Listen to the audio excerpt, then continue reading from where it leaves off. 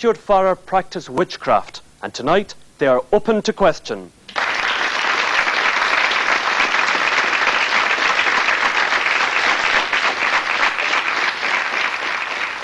O Queen of the Sun, Queen of the Stars, bless this wine unto our bodies. As the athame is to the male, so the cup is to the female, and conjoined they become one in truth.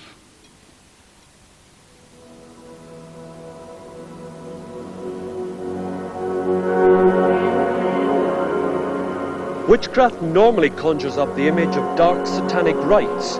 However, these modern witches claim that they are following an ancient religion believed by pagans and the Druids. They argue that the psychic power which they generate through spells and rituals is neither good nor evil. It is the witch's intention alone which determines whether the power is used for white or for black magic. But how much strength do the witch's spells really carry, if any at all? Is witchcraft an old religion or just another cult, or indeed just a big con? Janet and Stewart live in Ireland, where they hold regular covens and have together written several books on witchcraft. Janet and Stewart, you've brought along a variety of your implements for us here today. I wonder if we could perhaps start the programme with you as explaining to us just exactly what these various items do. Okay, let's start with the athame. This is the traditional witch's weapon. It is never used to draw blood, because there is no blood sacrifice whatsoever in witchcraft. It represents the male principle of creation, and along with this, which is the female principle of creation, if you like, it's the phallus and the womb. United together, it is the union of man and woman. So this is used for symbolic sex? It's one of the reasons it's used. The other is that we work in a portable church or temple, which we call a magic circle. There's nothing mysterious about a magic circle, and we use this to inscribe that circle, which is setting up our working place. Wonder, Stewart, could you perhaps then explain to us what the ram's horns are used for? Yes, well, this is my ritual crown, and Janet has one there. Hers is lunar. But this represents the principle of nature. You know, the people look at that and think, hello, he's wearing the devil's horns and so on. But the idea of the devil wearing horns is quite a new one. Throughout the Old Testament, horns are a sign of God-given power. And that's what they were a symbol of. In fact, there is a statue of Moses wearing horns somewhere in the Vatican. And so during our rituals, I mean, I as high priest would represent the male principle and Janet the female principle, and that's why she's got a moon on the front of hers, because the moon is the primary goddess symbol, if you like. Now, we've had quite a lot of questions in from the audience as to how you actually became witches in the first place. The first question coming from Julie Bacon. Were you recruited into witchcraft, or did you discover it for yourselves? Well, I came to it by doing exactly what John's doing now, by interviewing some witches. I was a journalist at the time, and I was sent along to interview some. And I became interested and took it from there. And Janet will tell you how she met them, and that is where we met, at that particular coven. Recruiting is something you don't find in witchcraft at all. It is totally alien to our religion. We don't go out seeking converts. If we had, I wouldn't be sitting here now, because I went along because a friend of mine was very interested. I grew up in a very, very strict Christian family, church every Sunday. My grandfather was an elder of the church, and my father was still alive. He still lives with us now and is still a practicing Christian. He had the attitude that if your friend's getting involved in this, keep an eye on her. There's something funny about this. So I went along to keep an eye on her. I was so impressed by what I saw, the way the people conducted themselves, their code of philosophy, their moral code, and their spiritual code, that I stayed and became a witch myself. Now, a lot of people want to know exactly what your powers are now that you are both witches, Scott Patterson especially. Although you claim not to be Satanists and are opposed to harmful magic, would you not say that the source of white and black magic is basically the same? Well, if you're going to say that God does it, then your answer would be yes, because quite honestly, the power that witches use is the power of God. Everybody can harness the power of God. Jesus himself said, go out and heal the sick. This power from God is the divine power of the universe. This is why when you join a coven, you are taught this very strict moral code. The first law of the craft is, and it harm nobody whatsoever, do what you will. Do you want to come back in? How can you say your religion is basically, am I right in saying you're saying that your religion is basically the same as Christianity and that your power is from God? All genuine religions gain their power from God, whether you're a Jew, a Muslim, a pagan, because, for example, a lot of the world are pagans.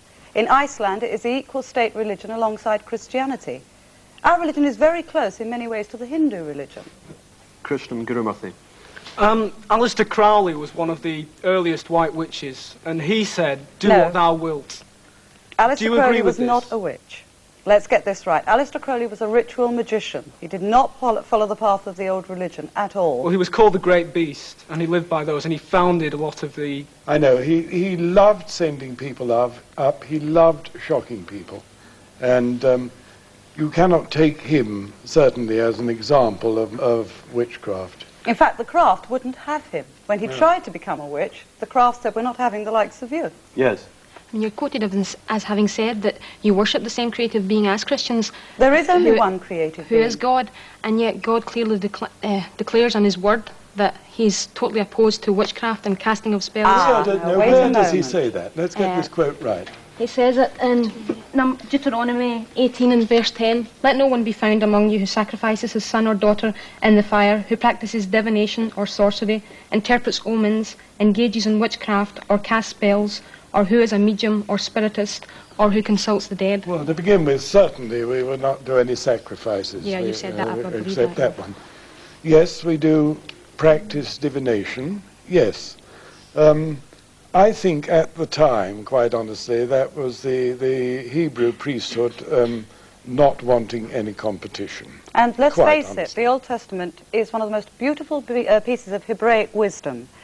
Amongst the Hebrews, their own prophets and prophetesses practiced exactly that which is being condemned there. Divination. Think about that. They practiced divination. Yes. Prophecy is divination. Let's- It's exactly the same thing. Let's look at some of the other further powers that you claim to have.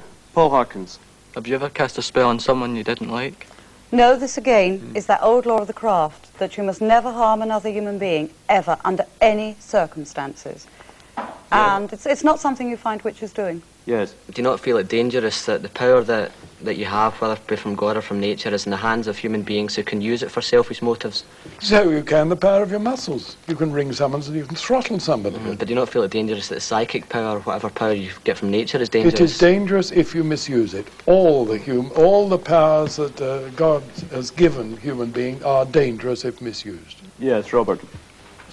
Well, I was going to say, we've got a lot of suspicion here about the misuse of it. How would you allay these suspicions, and how, in effect, would you try and wipe out black magic? Well, wiping out black magic I'll come on to in a minute. But as far as allaying suspicion, it's something that is not easily done. But if somebody gave you a treasure, a beautiful, wonderful treasure, would you abuse that treasure? Would you despoil it? Because that is what your psychic power is. The majority of a witch's work is used for healing. The greatest reward any witch can have is to watch somebody who has been very, very ill begin to recover. And this is the proper use of psychic power. And the majority of the witch's work is exactly this. Yes. Are you still developing your psychic powers, and when will they be fully developed? When they are Never. fully developed, we will not be living on this planet any longer. We will have returned to the cosmic order. God, call it what you will. Victoria Hind. Do you find that black witches try to persecute you, and if so, can you give some examples? There aren't many black witches. There are people who study the occult and who are out for selfish ends. These usually belong to a different kind of occult order, which is why inside the craft we have our own, what we call the psychic police force. We keep a check on these kind of people, and if we find they're stepping outside the law, it's the witches who'll be straight down the police station saying, excuse me, but something's got to be done about this. Yes. Do you not feel ridiculous working sky-clad or naked and cold? Well, let's put it this way. We don't when it's very cold. We do wear robes as well. But a lot of people misunderstand this ritual nudity. There's another biblical quote, unless ye be as little children, in no way may ye enter the kingdom of heaven. Why do you quote the You would Bible be so quite... much? Do you Because take it as a a witch is foundation? a student of many world religions. The Bible, because we're talking to most of you who are Christians, is the easiest to use. And there are some very, very quotable parts from the Bible. Yes. In the Great Rite, you practice not only symbolic but actual sexual intercourse with your working partner, irrespective of your relationship. No. No, you are wrong there. The Great Rite is practiced at the end of every ritual in a symbolic form by putting a knife into a chalice full of wine and blessing the wine. If it is done in actuality, it is done entirely privately between the couple concerned. This couple preferably should be a happily married couple inside the craft, or established lovers with each other who are, planning to get married. It is not done between odd individuals. The whole key to the Great Rite is that you must love each other. You must be in love and love each other. It is also used for the procreation of witchcraft children. We don't believe that God can't see under the covers. So a witch couple wanting a baby would do it in their sacred temple, but always in private, never with people watching. Do you want to come back in? Yeah, I didn't mean like in public, I did, but what I was thinking of was, is it possible for incest to be committed without you actually realising that? Incest? Between what? Between brother and No, sister no, or no. child. Your working partner states that it can be either father and daughter or brother Yes, and sister. I see where the misunderstanding has come. In this case, if a father and daughter or mother and son were working, they wouldn't participate in the Great Rite.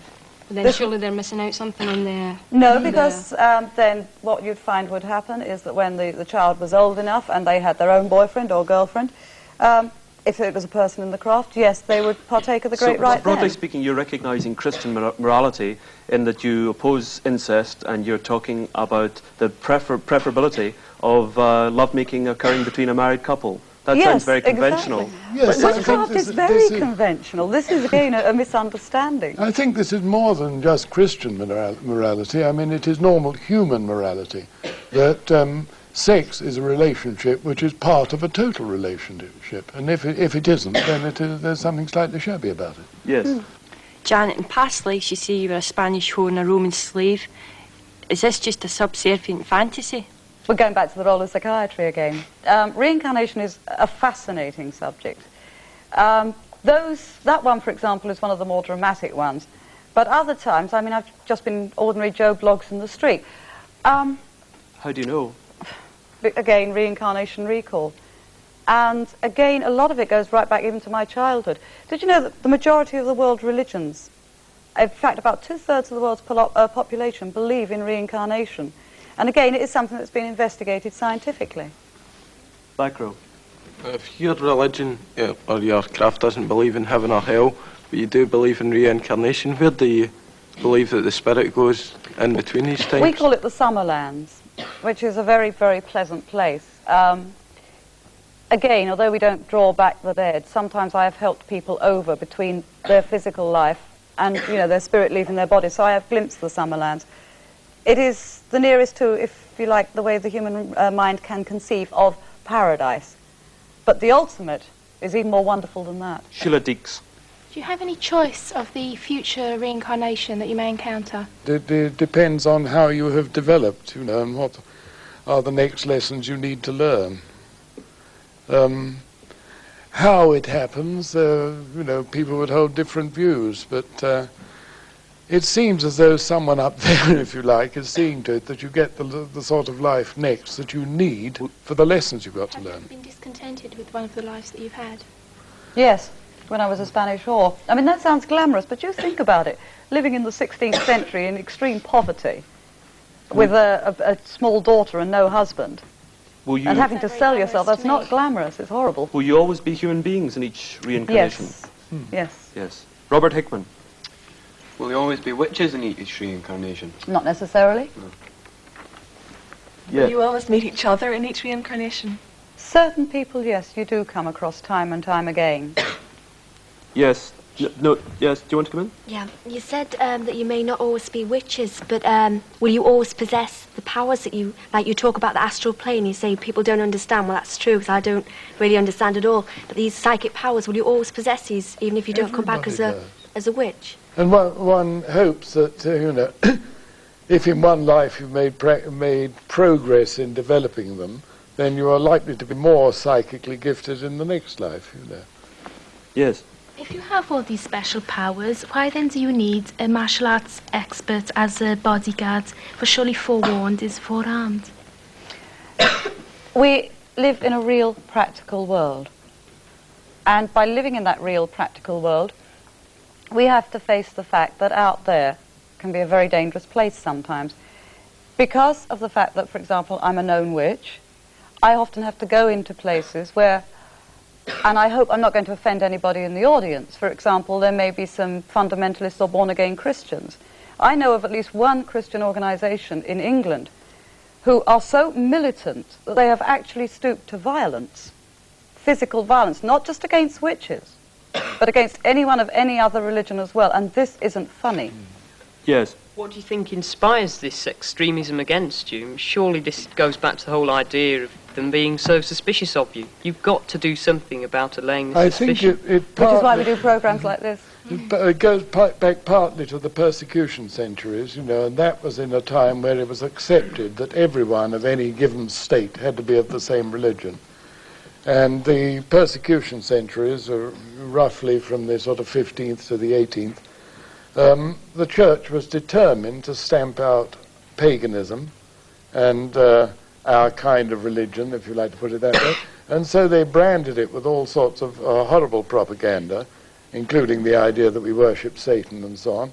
And when the persecution died out, this sort of fairy tale image remained. And it hasn't just happened to us, has it? I mean, it happened to the Jewish people as well. Yeah. They suffered the same way. Victoria Hind. Do you find that people who live near you, your neighbours and so forth, act over-friendly towards you as if they're trying to keep on good terms? No, just ordinary average people living ordinary average lives. They don't overplay it one way or another. But they're not scared of you? Not in the least. In fact, they pull our legs about it. Yes. But why do you use the term witch? I mean, you use enough other euphemisms. Surely witch, that word, arouses suspicion and fear in many people. I'll confess to you that there has been some discussion inside the craft about this, should we use this name. But the point is that this was the name which was used even before the persecution days, or its earlier equivalent, you know, Wicca, Wicca, and it meant the wise people.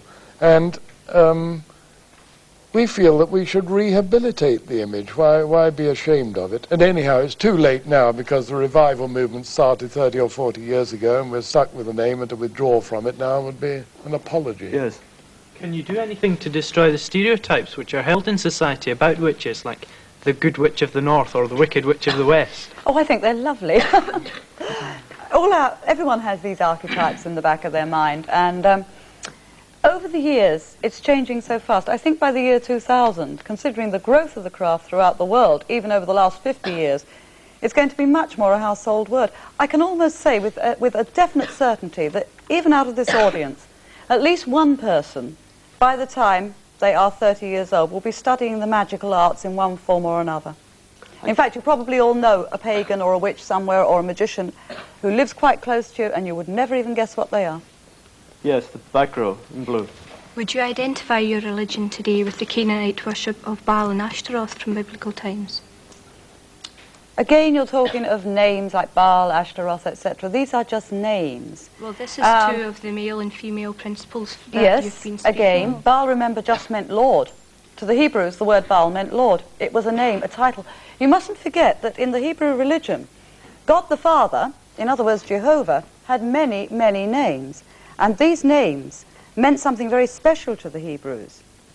And amongst his names, Baal actually was one of them. He wasn't a different god, he was exactly the same person. I would disagree because... Have you studied Hebrewism, the Hebraic religion? I wouldn't claim to be a historical expert, but for the sake of argument, a contest between Elijah and the 450 priests of Baal, they all seem to be in direct opposition, but now it seems to be a softer message coming across for media consumption that it's one and the same creative being. I couldn't accept that. I think we want to avoid getting too bogged down in Old Testament philosophy. A lot of the questions we've been getting in, however, are a bit cynical. One from Kristen Gurumurthy. Mr. Farrar, in your role as a dramatist, you obviously had to have a very vivid imagination. Do you not think it's possible that this vivid imagination's just run away with you to the extent that you believe you're now? I do. Any wise witch will be very careful about this.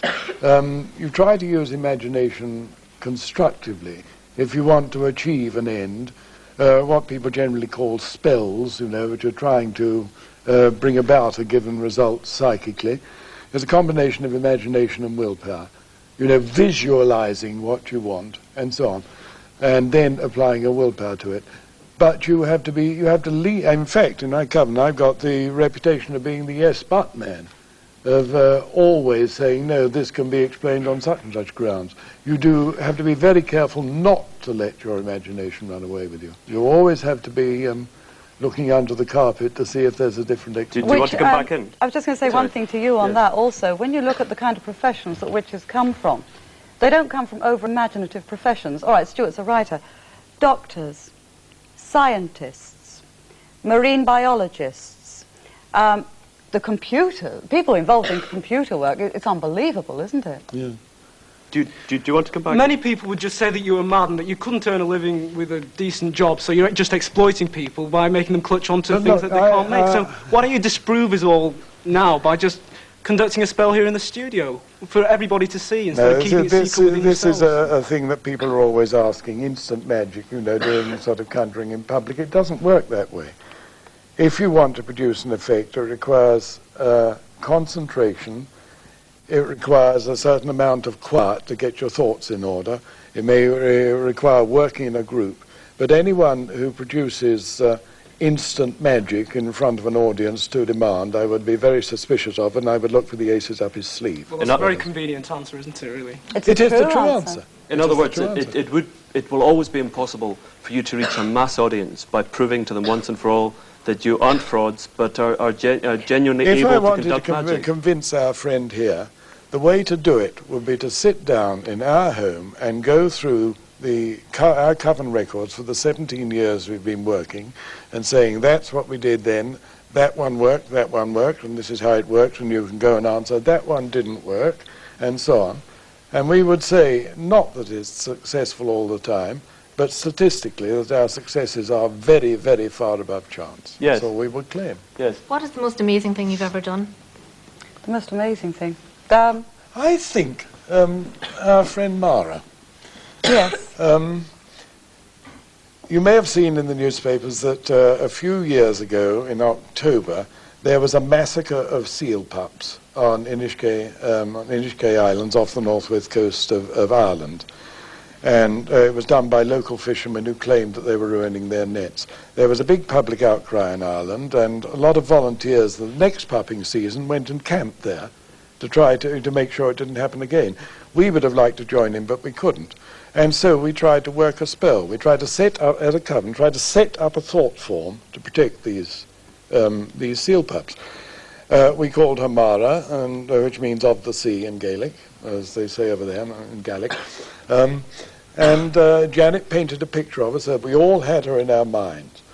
And we put all the power we could into that. We were talking a few months later, after the pupping season, to a couple of volunteers who'd been out there. They didn't know what we'd done.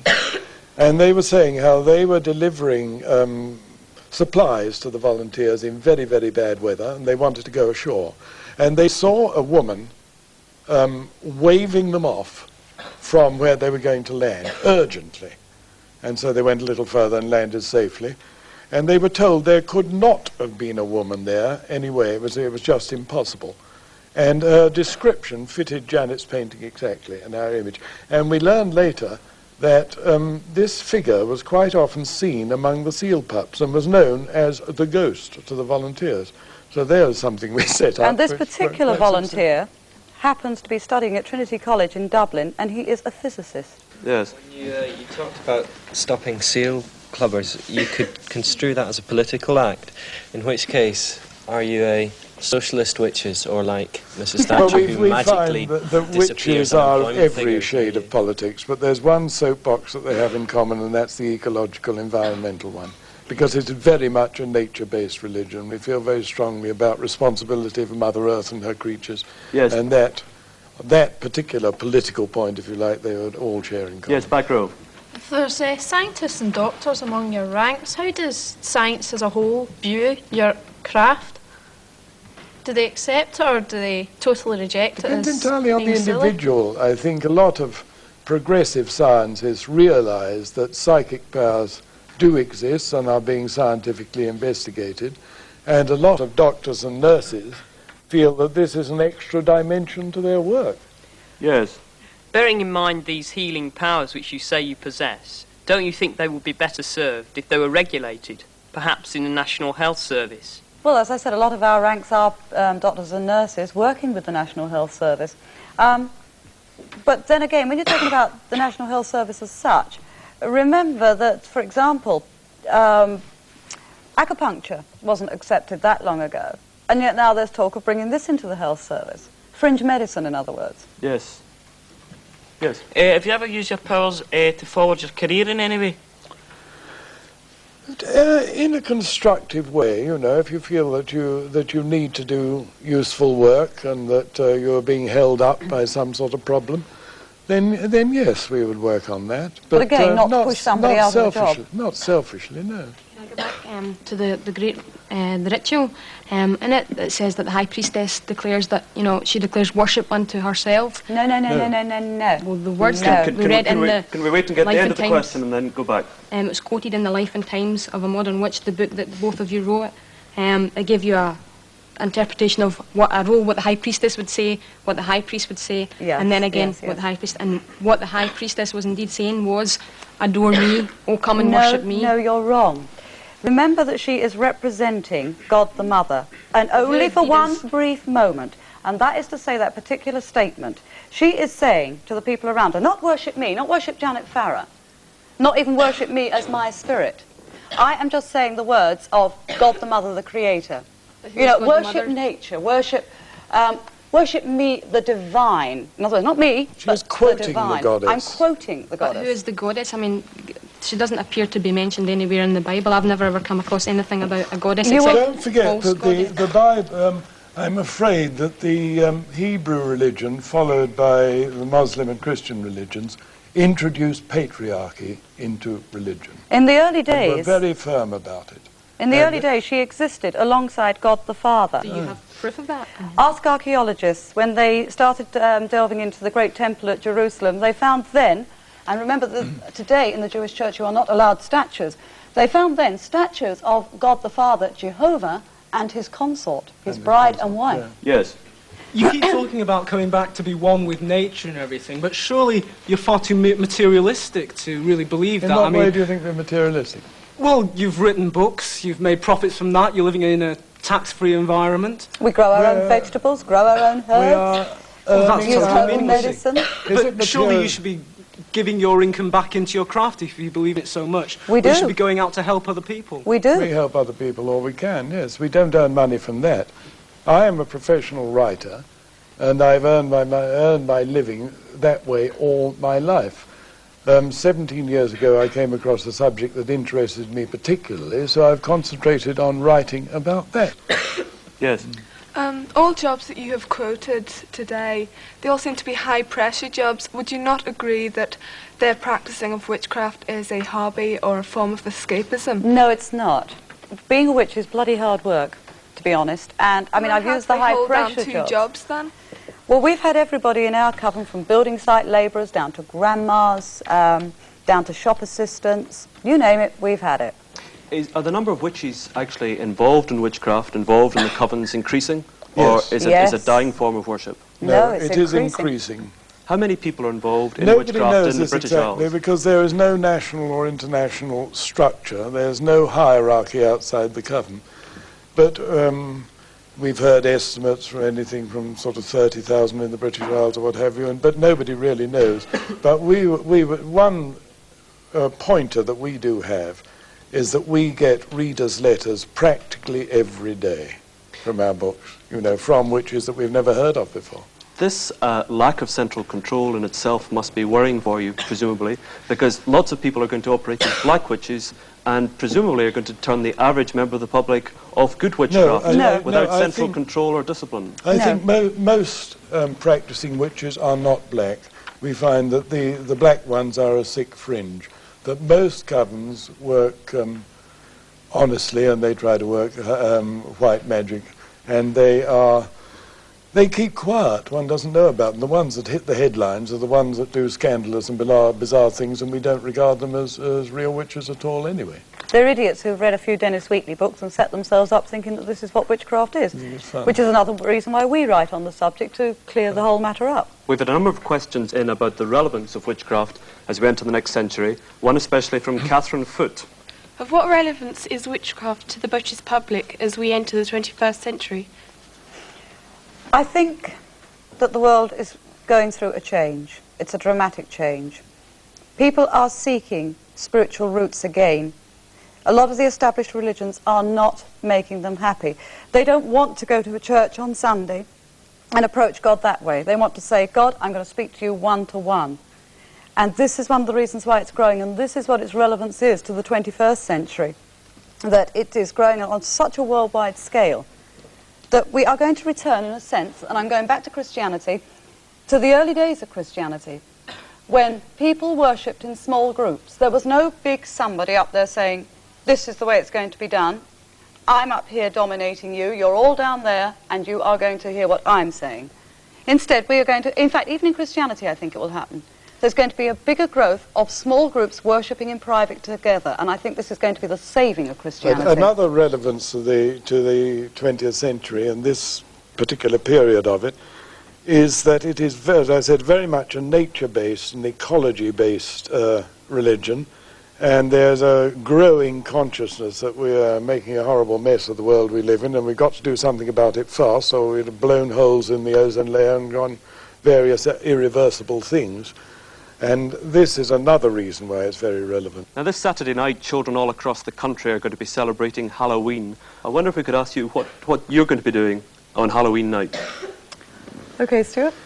Well, we have a cycle of being nature-based. You know, we have a cycle of 8 festivals or 8 Sabbats which celebrate the natural cycle of the year. And this is where we celebrate the end of summer and the beginning of winter. It's the old Celtic New Year. Yeah. Also, traditionally, it is a time when the veil between the seen and the unseen is very thin.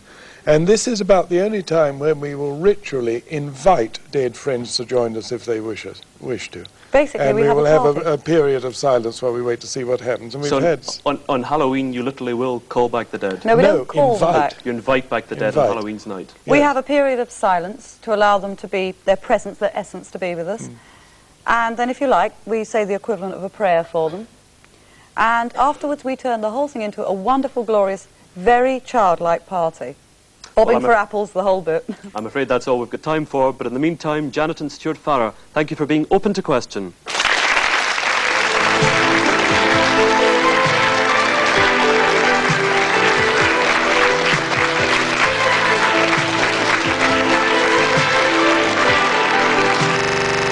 One of Alexander's followers was an attractive young witch, Janet Farrar. She has since become the high priestess of a coven in Ireland. Hold out your hand. Did that hurt? No.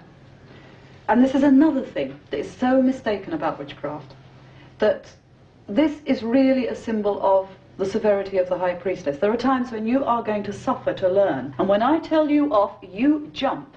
Well, cousin, I want the furniture moved back, I want the temple tidied up, and I want this lot cleaned. And I am going to get robed. Okay. Here we go. Fire, please, as well. It is a very difficult role to be a high priestess. You have to be everything from mother to teacher to philosopher to sometimes almost a butcher. Do you think Francis will make it as a witch? Yes, he will. He's very intelligent and he's sensitive too. He learns. Janet has been a witch since she was 16 and has a strong commitment to modern paganism. She's married to the coven's high priest, Stewart, a science fiction writer. Witchcraft is very much a spiritual path for people who are interested in the true sense of the word spirit. In many ways, you can understand the Christian statement when Christ said to his divine Father, basically, why me? You don't ask for it, it happens to you. And you are constantly asking that question of your divine mother and father. Why am I doing this? Why do I have to do it? And why can't I just be an ordinary person in the street? Why can I never find the holes to put these things through? What do you mean? I tell you what, you get behind me and take my hair out. Yeah. I was just saying how cold it's going to be. Oh, I know it's going to be freezing. Francis! I think we ought to start greasing him up in a second. Yeah, I think it wouldn't be a bad idea. Are you sure this couldn't wait till summer? I'm positive. The purpose of becoming a witch is to make yourself a whole human being. It's only one path amongst many. But for the person who feels drawn towards witchcraft, it is a very strict, rigorous discipline which integrates you as a total human being. I told you it was necessary to suffer to learn. You're about to suffer. And whether you learn anything is a different question. I thought the object of the greasing was to reduce the suffering. Don't bet on it. My hands are freezing.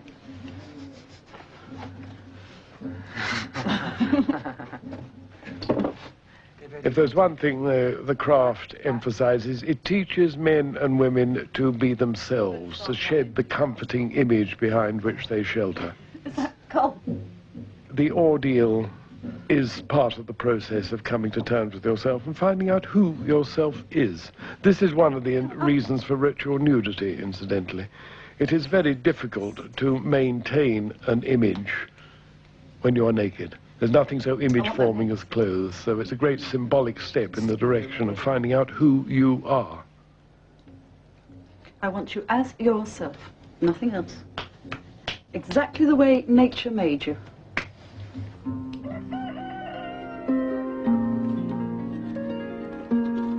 It is the day of the winter solstice, and Francis is led away to be initiated.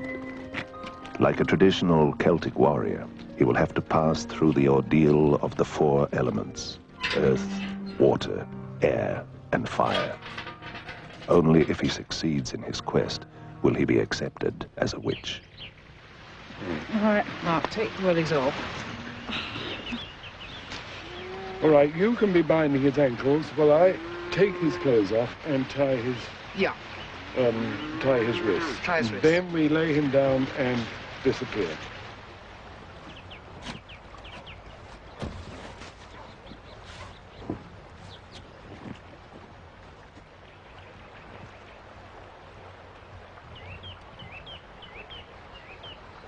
When becoming a witch, the candidate's earthly name is replaced by a magical one. For Francis, it will be Usna, and his first ordeal is of earth. Usna! Usna!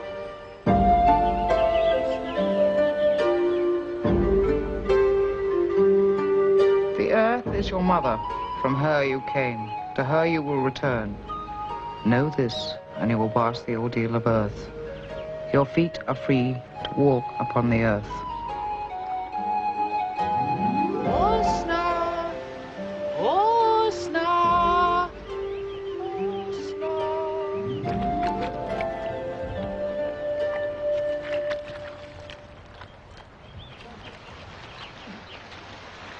Now all that's left is his flag. No, blindfold's all that's left. Oh, blindfold, This is not funny. Usna! You must brave the ordeal of water. Water is the element of your heart, of love and compassion. Your lips are unbound, so you may speak what is in your heart.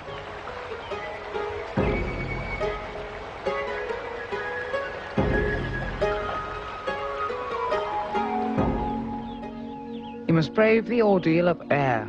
Air is the element of the mind, of the wild things that haunt your dreams. Your hands are free to grasp them. Finally, Usna, you must brave the ordeal of fire. Fire is the element of your will, of your courage. Your eyes are open, so you may see what you fear.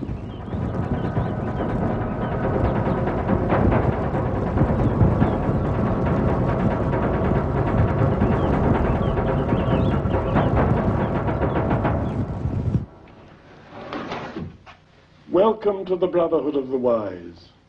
And now, pay your homage to the representative of the great goddess. Ceid míle fóilte a húsna.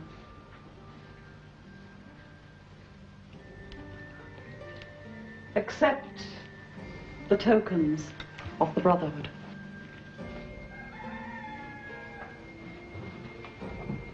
As the Athame is to the male, so the cup is to the female, and conjoined they bring blessedness.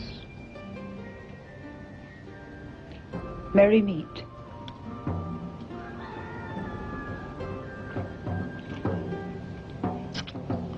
Merry meet.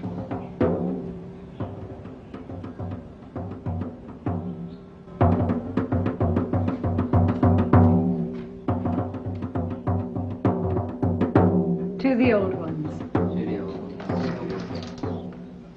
So mote it be. So mote it be.